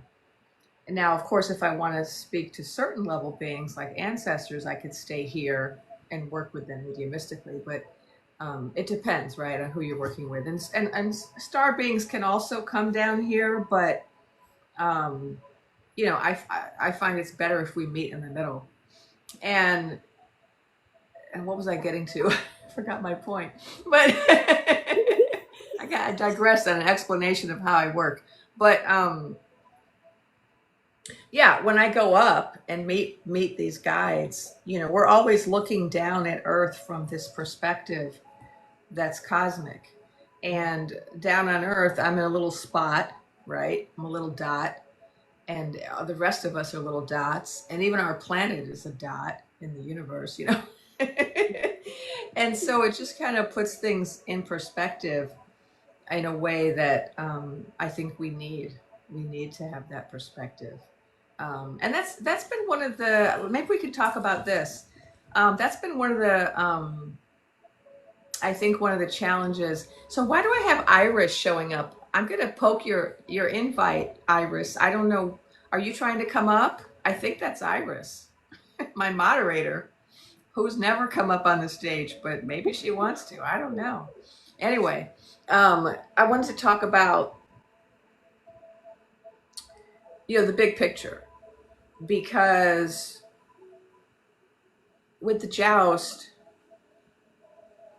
you know, the message I keep getting, and I think many of us are getting, is that it's much bigger than that. And so people may recall in some of the early chapters of my story that I talked about how the finagling of the joust didn't just occur in our realm, right? The seven thieves have been very busy in many realms, finagling with many jousts. And some of these have come to light. You know, we've seen news about certain realms publicly saying, oh, we have discovered fingers in our pie. Some of them have even specifically identified Starboy and Rasputin as the owner of those fingers. this is the bigger picture, and we can get really caught up in our realm, what's going on with our realm and our joust and our Lotus Queen. And what people don't always keep in mind is that we are one of a number of realms that are all enduring the same thing at this time. And it's all connected. And not only is it all connected, so not only is this a global phenomenon, what we're going through right now, but it's also connected to the star beings. And it's not just one group of star beings. We have a whole galactic federation parked outside of our planet. They're on the moon, they're on Mars, some of them are just hovering. They've come from all over. They're having a major meeting about us. This issue concerns not only the entire planet, but the entire solar system. And it also has ramifications for beings who live beyond our solar system. I mean, they're here because of they want to maintain the integrity of our planet and our solar system, but it also concerns them in other systems. And it also concerns the people that are that have been here on this planet longer than us. And so, like as humans, we understand indigenous people were here before other people, right? So, like any land base you go to, there's a group of indigenous people who that land rightly belongs to, and are often pushed off that land by colonizers.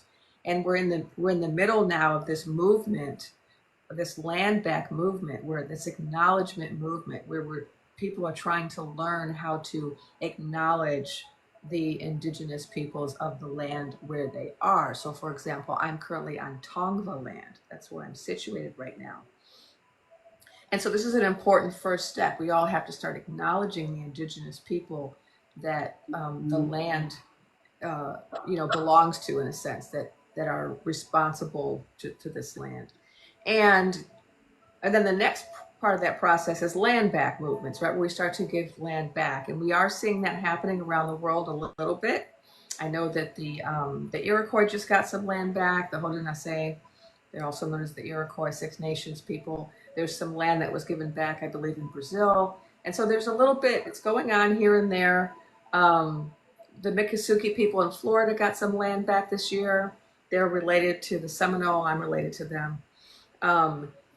So it's happening, but I also want to talk about a different kind of indigeneity, which is the people that live inside the earth are indigenous to the inside of the earth, and they've been here longer than humans. And the people that live in the oceans are also indigenous to the oceans, and their existence predates ours. And so they have a greater claim or responsibility, is a better way to think about it, to this planet Earth than we as humans do. And so we don't have the right to destroy it because it's not ours to destroy. And so it involves them as well. And that's also why the star beings are here, because they're working to help them. So it's just so much bigger than our little joust. Do you want to say anything about that? Yeah, I almost want that to give people comfort, because it means we're not alone in such a bigger way than I think maybe we realize. Like, this country is extremely isolated on purpose, like a lot of these other realms that you are talking about are as well, and that's by design.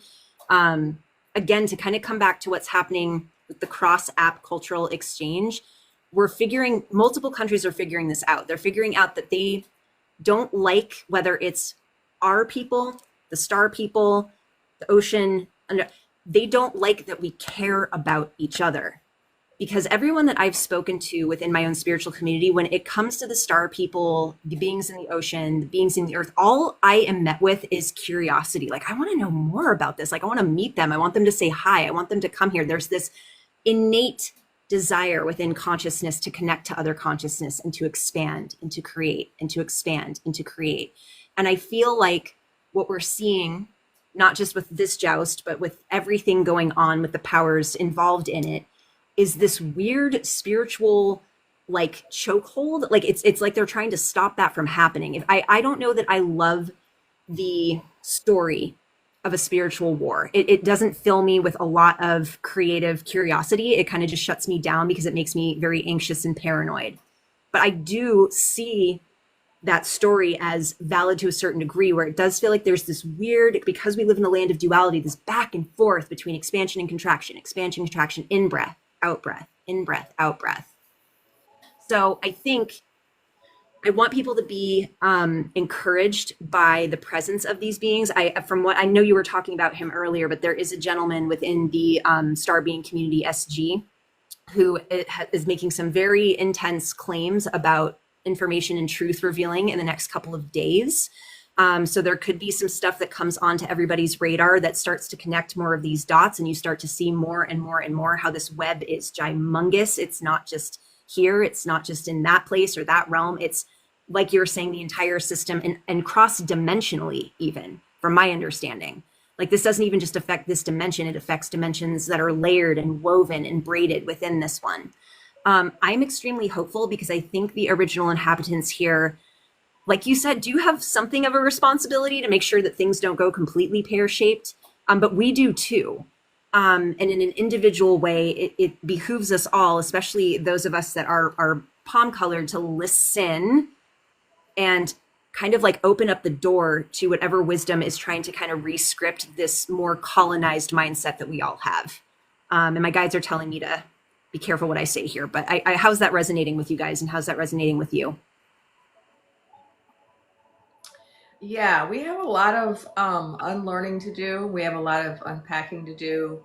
Um, you know, like even talking about this is challenging because we're confined by this language that's very dualistic.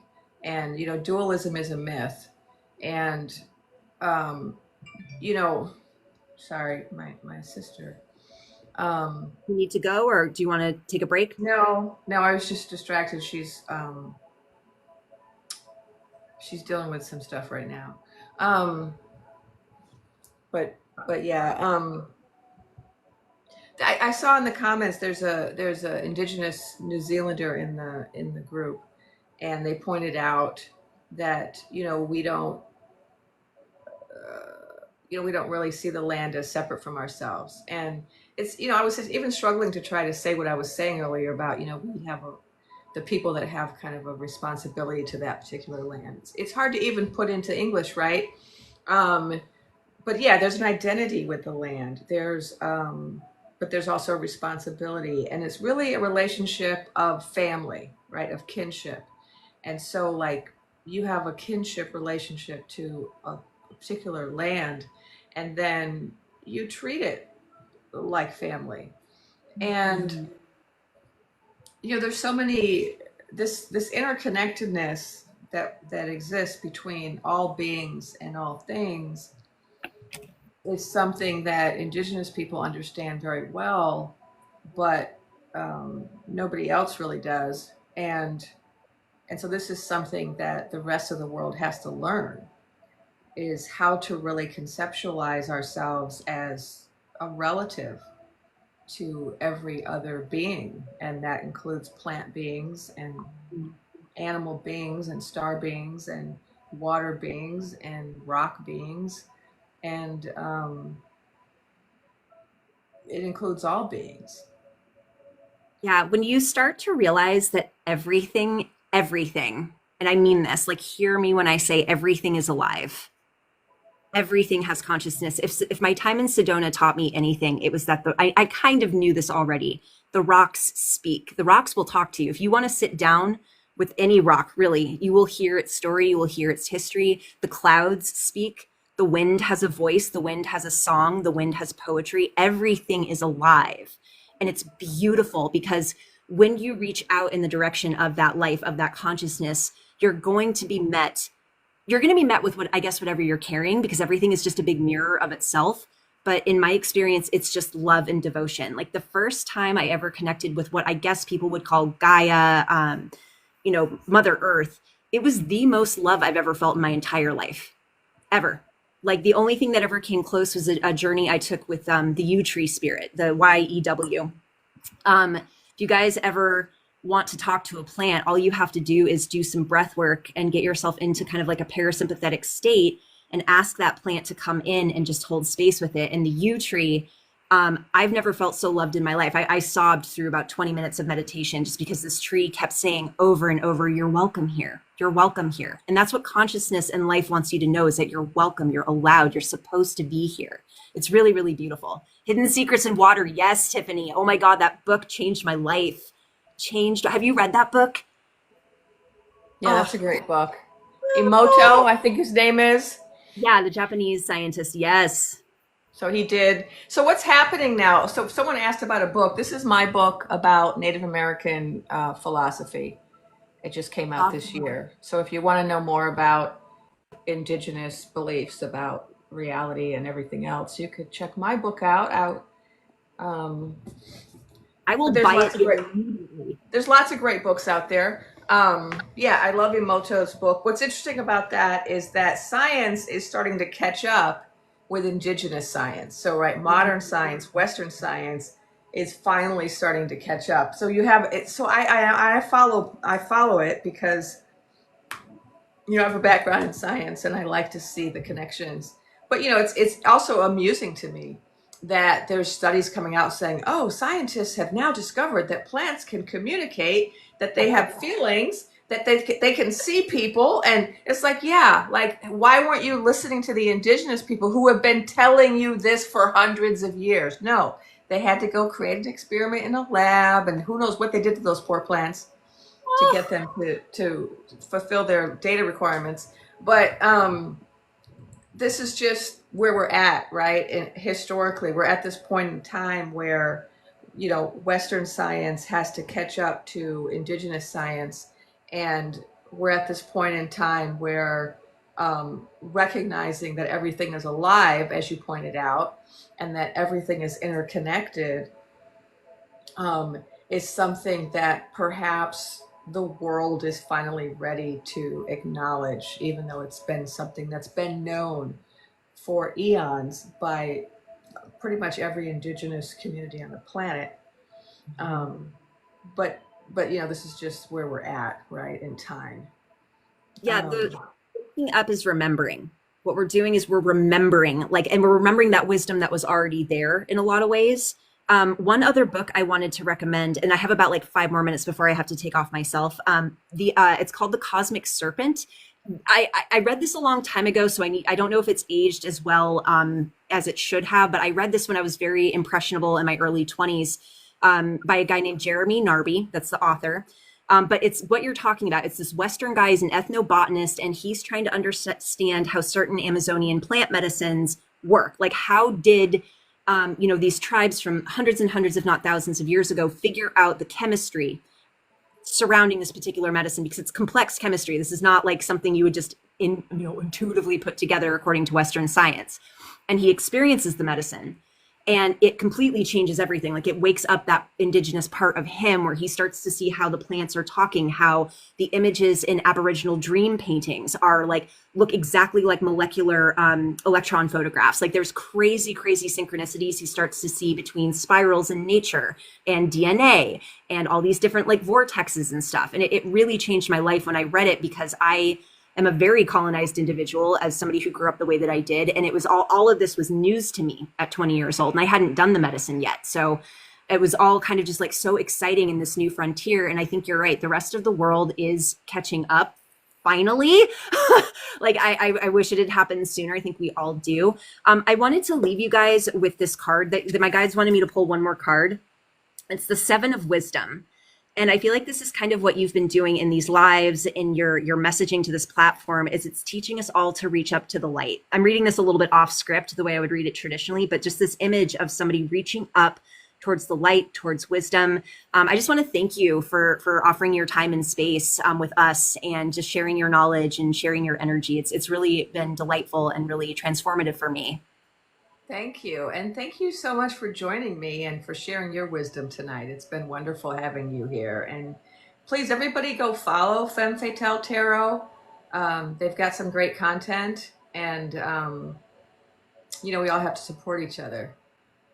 Definitely. We're in this together. We're going to be okay, fam. We We're going to. are, and we all need each other, and we're all in Yeah. this together, and we have a community now. Definitely. What a beautiful community, too. You guys are Yeah, fantastic. so thank you so much. Absolutely. Have a beautiful evening. You too. Oh, wasn't it wonderful having them on? That was great. There was something else, probably sparked by what Femme Fatale said, that I wanted to share.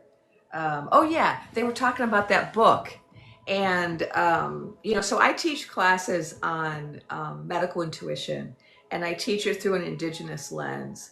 And one of the things I do in my classes is I bring in different indigenous healers to speak in my class, or I discuss indigenous traditions around the world, which I identify as medical intuition, although that's a new term for what I consider an ancient practice. And what's been really exciting is that there are certain countries that are now creating kind of partnerships. And so I think it's in New Zealand or Australia or both, that you have now indigenous Aboriginal medicine people who are being recognized by the government and are being given I don't know. We have someone in the chat who's from New Zealand, so you can also just correct me because I don't have all the details. But it's also happening in Peru, and it's also happening in South Africa with the Sangomas, where you're having countries where they are recognizing traditional medicine. They are incorporating it into like their hospitals, into their health care centers. They are allowing people to use their insurance or what have you, their federal benefits, to go to a traditional healer. And so you can see it's happening, right? Slowly, but it's happening, that in some places, the people who are more, Western science minded are beginning to recognize that, hey, this stuff works, right? And so this is the benefit of what, when you start having kind of Western science producing results that confirm indigenous science. One of the benefits of that is that we can begin to elevate, right, these healers back into a position where they should be so that they can help more people. And I'm really excited about that. And so that's why I always include that in my classes, because I want people to understand that we're in this shift, right? We're in this shift. Some people can think of it as a return to traditional knowledge, but it's really not just a return. It's a meeting of the mind. It's a meeting of modalities. It's a shift away from where we've been. So for hundreds of years, we've had a very lopsided understanding of a lot of things, which has had a lot to do with structures, triangular shaped structures of hierarchy and toxic masculinity, and ideas of superiority about certain races and cultures. And the result has been that there's been all this incredible knowledge and wisdom that's been suppressed, denigrated, or not acknowledged. And what we're seeing with the rise of the divine feminine, which is what the Dreaming Women are all about, what we're seeing is a movement towards a more balanced understanding of sources of knowledge. So there are intuitive sources of knowledge, and then there are empirical and logical sources of knowledge, and these are all equally valid. But for so long, the intuitive has been negatively associated with women and with indigenous, Black and indigenous people.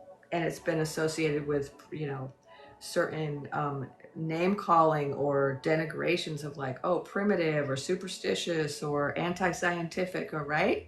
And women are like emotional and irrational and illogical, right?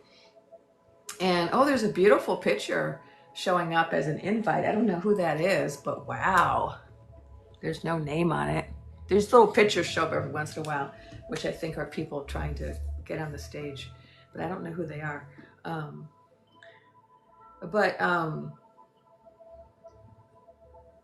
distracted me. You know, I got that ADHD brain every once in a while. Shiny things. Oh. But, you know, we're beginning to have a more balanced understanding. And I think that's why this dreaming women phenomena is happening. This is why so many women woke up at 4 a.m. on the 6th of November. And also not just women, also some men and other genders woke up, but the majority so far has been women. And even when we're talking about other genders, I believe that it's people tapping into their divine feminine. So regardless of body type or identity, it's not really about that. It's about tapping into the divine feminine, which is why I always say dreaming women. And I don't want us to argue about that, because it's okay for us to use the word women to refer to lots of people. Just like for centuries, we used the word man to refer to everybody. It's okay if we start using the word woman that way for a little while. I think it's okay.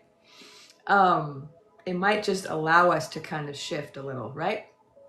Because the rise of the divine feminine is all about balancing the male and the female, right? And it's all about getting beyond this idea of male and female, because that binary is completely illusionary, right? There is no binary. There are many genders, and we're just fixated on this ridiculous idea that there are two, and that they're somehow, you know, the opposite of one another. And so I'm saying this based on information I got from my guides, because they gave me this information a few years ago. I was working with a client. I used to see clients all the time. So I'm a medical intuitive and an Akashic Records reader. And I used to see clients every day who came to me for either medical mysteries, or they came to me for help with their life purpose. And I was working with someone once for life. I've worked with so many different people. And I was working with this one person who was transgender identified and had a question about their path, you know, and how it related to their purpose and their pre-life contracts and whatnot. And, you know, some really interesting information came out of that session, which could be applied to a lot of people, not just that person. And that's what I'm basing this, what I'm saying about gender. What they said was that binaries is a human thing. We're very dualistic. We're very focused on binaries: good, bad, white, black, male, female. We think everything exists in these binaries, which we think are opposites. And of course, this isn't true, but it's kind of a feature of our world, of what you might call 3D, right? It's a feature. And it's a feature that we're being encouraged to grow beyond. And so they said that lots of people are being born right now who are coming into the earth plane without a clear sense of being male or female. And some of those people end up identifying as transgender. Some of them identify as two-spirit. Some of them identify as non-binary. Some of them identify as gender non-conforming. Some of them identify as masculine women or feminine men. Like, there's so many things that can translate into. But on a soul level, these are people who have chosen as a part of their purpose to come to planet Earth and help educate humanity beyond binaries. And so the binaries they're trying to help people with are not just gender, it's all binaries. But they chose gender as their teaching tool, right? And they said that the reason they chose gender as their teaching tool is because this is one that people are just so attached to. Like, there are so many humans who think it's a natural fact that there are boys and there are girls. And they're so in love with that idea that what the spirit teachers told me is that they felt like if they could interrupt that belief, if they could somehow kind of wedge a little crack in that edifice of that idea, it would help humans get past binaries in general. And so it's part of this much bigger project. And it's very exciting. It's very exciting. Um, and so all of these women waking up at 4 a.m. and all of these people having their intuitive gifts waking up right now. Um, and all of us coming together, right? Because some of us were already expressing our gifts, right? I've been doing this for a long, long time. Just like, Gia Prism was already working as a medium before she started doing this work. And, um, there are lots of dreaming women on this app who were already practicing. But there's something that happened to all of us, right? November 6th, 7th, something happened. And we all were given kind of marching orders of, oh, you need to start doing this work. You need to start sharing this information with people on this app. You need to start helping people navigate these times, right? We were all kind of given some marching orders.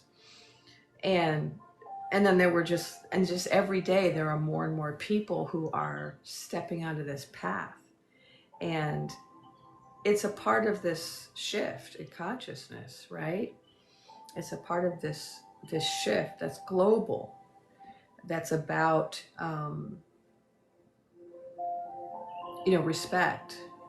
respect for that aspect of us, that divine feminine aspect, which we all have.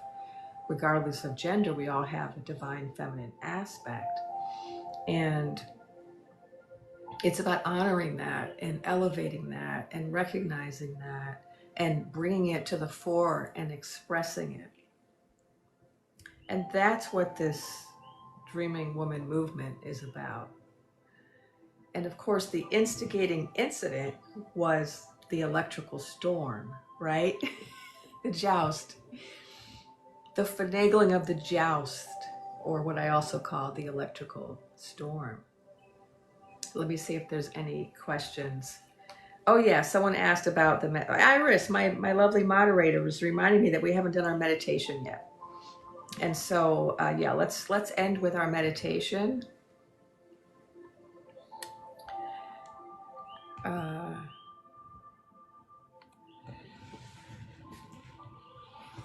Can you believe it's 2 hours already? I've been doing lives every night for I don't know how long now. And I can't believe we spend 2 hours together each night. What did I do before this? What did I do with all my time? So I'm having a hard time with my stand today. It just keeps moving around. I'm trying to hold it. I don't know why. I'm trying to hold it still. So let's just do some deep breathing and do a short visualization, okay? So I just want you to start by taking some nice deep breaths.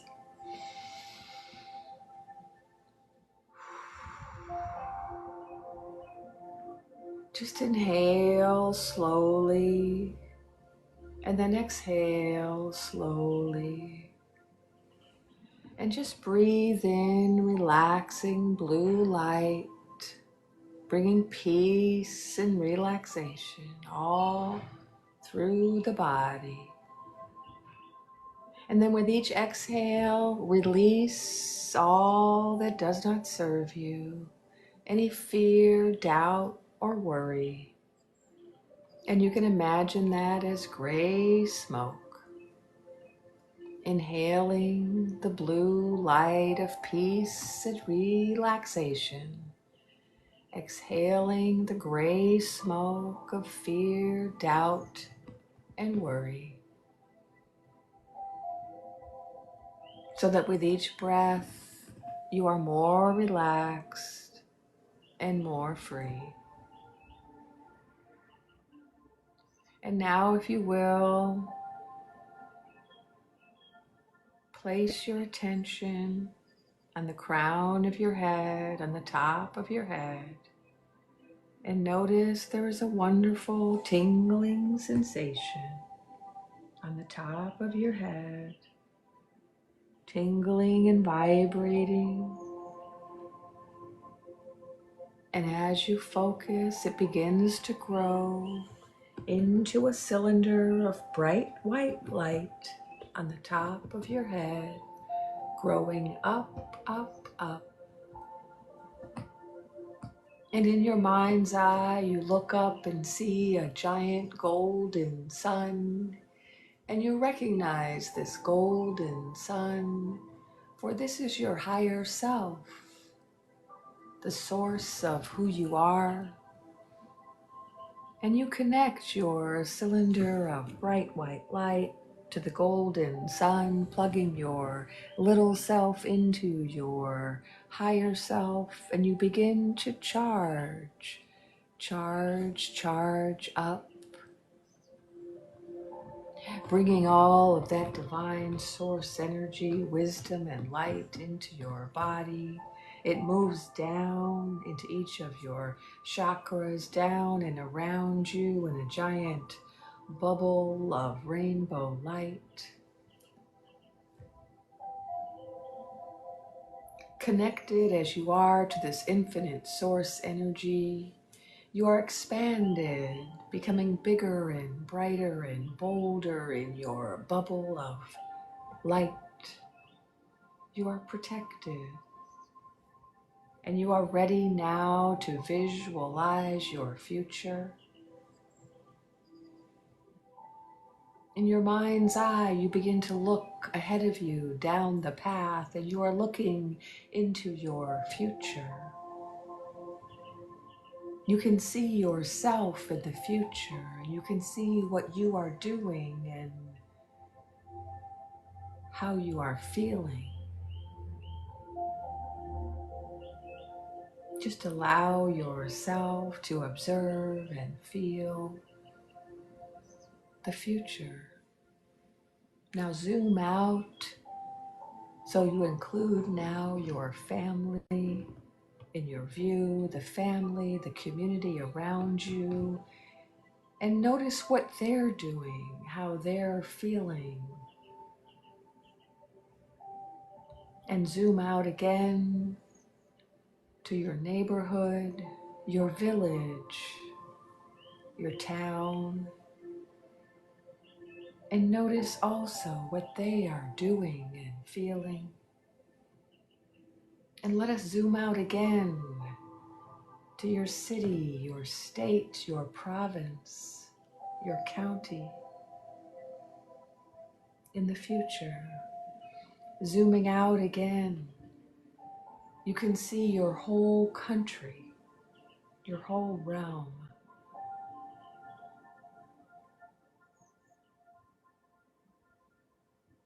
Now visualize with me, if you will, the capital of the United States, where we see the Lotus Queen on the dais with her hand raised up, giving her oath to protect the Constitution, the country, the realm. And see all of the people dancing around her, celebrating, joyous. In your own family, in your own community, you too are celebrating. You are dancing and singing, you are hugging one another, you are eating your favorite foods and drinking your celebratory drinks. You are toasting one to another and saying, yes, we did it, we did it.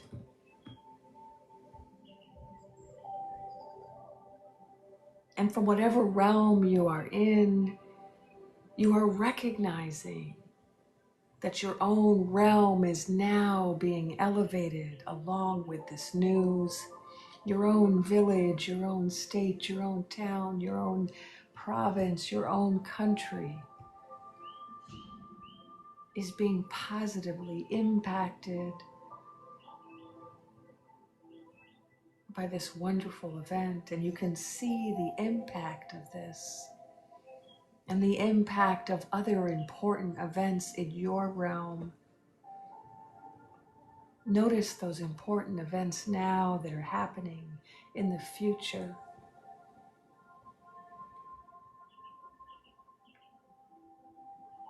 Tune in to the sense of accomplishment, patting yourselves on the back. We did this.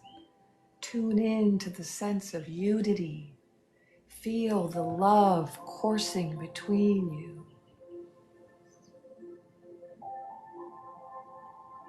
Tap into the joy, to the sense of peace, of resolution, of calm, of knowingness.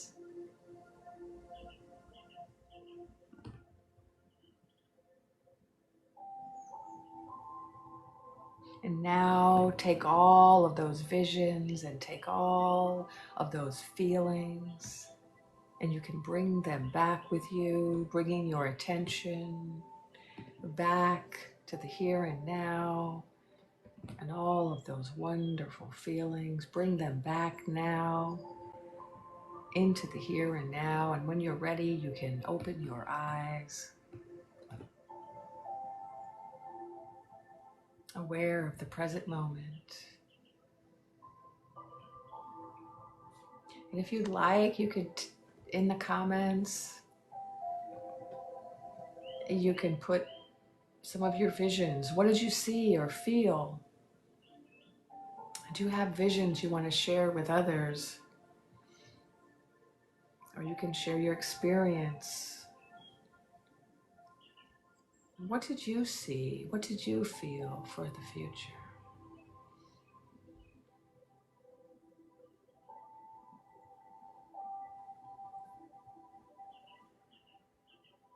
Healing, peace, contentment, peace, excited. Yes, I always feel, every time I do this, I just feel the love and the joy and the sense of, yes, yes, it is done. Yes, it is done. Kendra said that she spread golden healing light over the entire country. Yes, strangers hugging. I can totally see that. I already know I'm going to be in the street hugging all kinds of random strangers. I already know this. More women coming forward into leadership and joy. Yes. Lotus has POTUS and smiled inside and out. Peace, light. I'm just reading the comments. A big celebration party at my house with all the Blue Lulu family and friends. Yes, yes. People from Canada and Mexico came to celebrate with us. Oh, I love that, Kai. I love that. I really think people all over the world will celebrate.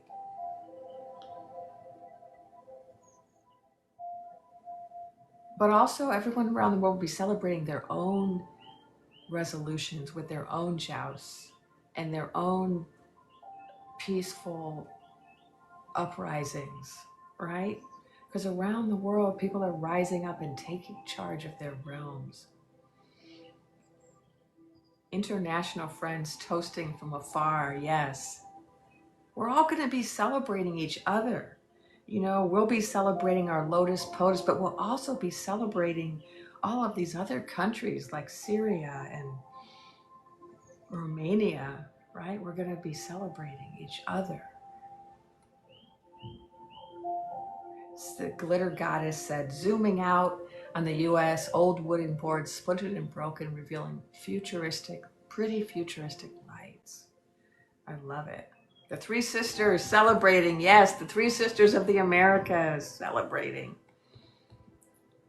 Tears of joy. Our new Chinese friends. Oh, isn't that beautiful? Isn't that beautiful how people are making friends on that app and getting past that barrier? Ah, wonderful. Well, thank you everybody for being here, for adding your energy and your light and your words, for showing up. And please go out in the world and share your dreams with everyone, anyone and everyone. Because the more people share their dreams, the more quickly we will shift the consciousness, right? So remember to share your dreams. Oh, thank you, Swifty from New Zealand. I so appreciate you. I so appreciate all of you. So I'm going to sign off, and I will see you. What's tomorrow? Friday. Friday, I actually have an in-person. I actually have a gathering in real life. So I'm probably not going to come on live tomorrow, but we'll see. Who knows? Who knows? We'll see what the guides have in store. But in the meantime, everyone have a good night. Sleep well, sweet dreams, and I will see you next time. Okay, let's see.